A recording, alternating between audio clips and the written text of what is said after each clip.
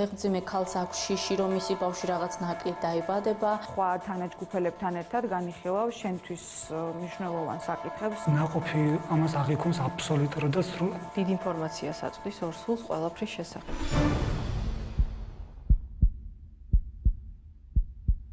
ორსულობა ქალის ორგანიზმში მიმდინარე ყველაზე მნიშვნელოვანი ფიზიოლოგიური პროცესია. ამ პერიოდში ქალებს უჩნდებათ მარტოყოფნის განცდა, ამიტომ გარშემოყოფების როლი მნიშვნელოვანია. აუცილებელია პარტნიორის, ოჯახის წევრებისა და მეგობრების მხარდაჭერა.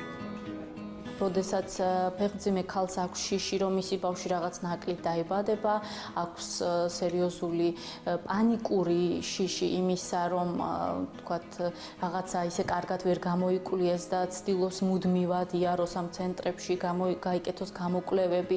ამ შემთხვევაში რასაკვირველია, მის გარემოცვას მართებს ძალიან დიდი ყურადღება, ყველაზე კარგი მხარდამჭერი პოზიცია იქნება, როდესაც მას თქვათ ამ ყველაფერში დავუჯერებთ და მის მხარეს დავდგებით. გარდა გარშემოყოფების მხარდაჭერისა მნიშვნელოვანია ორსულთა სკოლებიც. მსგავსი ტიპის სკოლები ორსულ ქალბატონებს წინასწარში ემზადებენ იმ ცვლილებებისთვის, რაც მათ ორგანიზმში თუ ფსიქიკაში ხდება. ორსულთა სკოლები მნიშვნელოვანია იმითაც, რომ ფეხმძიმე ქალბატონებს შორის ემოციური კავშირის გაცვლა ხდება.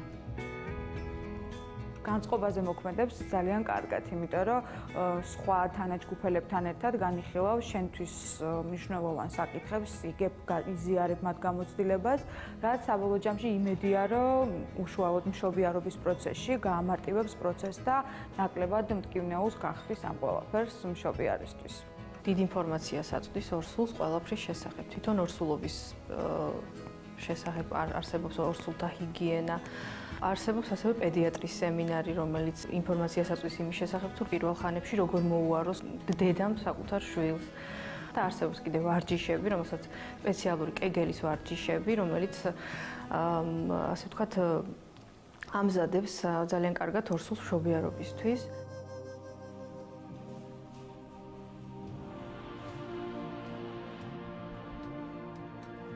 ფსიქოლოგიური მომზადების გარდა მნიშვნელოვანია ფიზიოლოგიური მომზადებაც. იოგა ერთ-ერთია იმ აქტივობებს შორის, რომლითაც ორსულები შეიძლება დაკავდნენ. ვარჯიში ხშირ შემთხვევაში პირველიდან მერვე თვემდეა რეკომენდირებული. იოგა სასარგებლოა როგორც ნერვული სისტემისთვის, ასევე ფიზიოლოგიური მდგომარეობისთვისაც.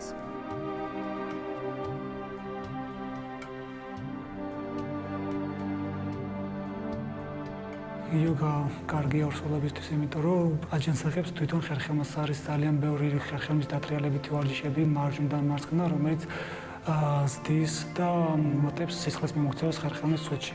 ამავე დროს ძალიან მნიშვნელოვანია ერთი რამ, როდესაც ორსული თავისი ნაყოფისთვის აკეთებს რაღაცას, ფიზიკურ აქტივობას თუ რელაქსაციას, ნაყოფი ამას აღიქვამს აბსოლუტურად და სრულად და შესაბამისად ნაყოფის ნერვული სისტემა დაბადების შემდეგ ძალიან კარგად და მშვიდად ვითარდება. პირველ რიგში იმაში მეხმარება, რომ შედარებით აქტიურად ვიყო.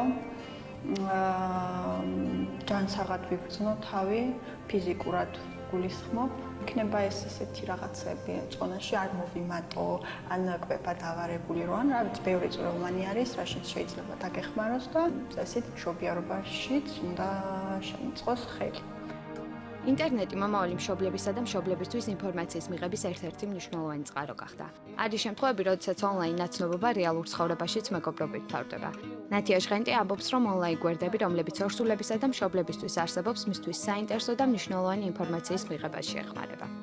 სწრაფად იღებ საჭირო ინფორმაციას, ანუ ძალიან მოკლე დროში იღებ შენთვის საინტერესო ინფორმაციას, რასაც თქვათ ტელეფონით 09-ზე დარეკვით, ექიმთან დარეკვით, კითხვების დასმით მოუნდები დიდხანს. თან კარგი ის არის, რომ ისმენ სხვადასხვა აზრს, ისმენ რა კითხულობ, სხვადასხვა აზრს და სხვადასხვა ადამიანებისას მერე ადარებ. ორსულობის პერიოდი პირდაპირ კავშირშია მშობიარობასა და ნაყოფის განვითარებასთან. ამიტომ მნიშვნელოვანია, რომ ფეხმძიმობა მშვიდ და წყნარ გარემოში ჩაიაროს.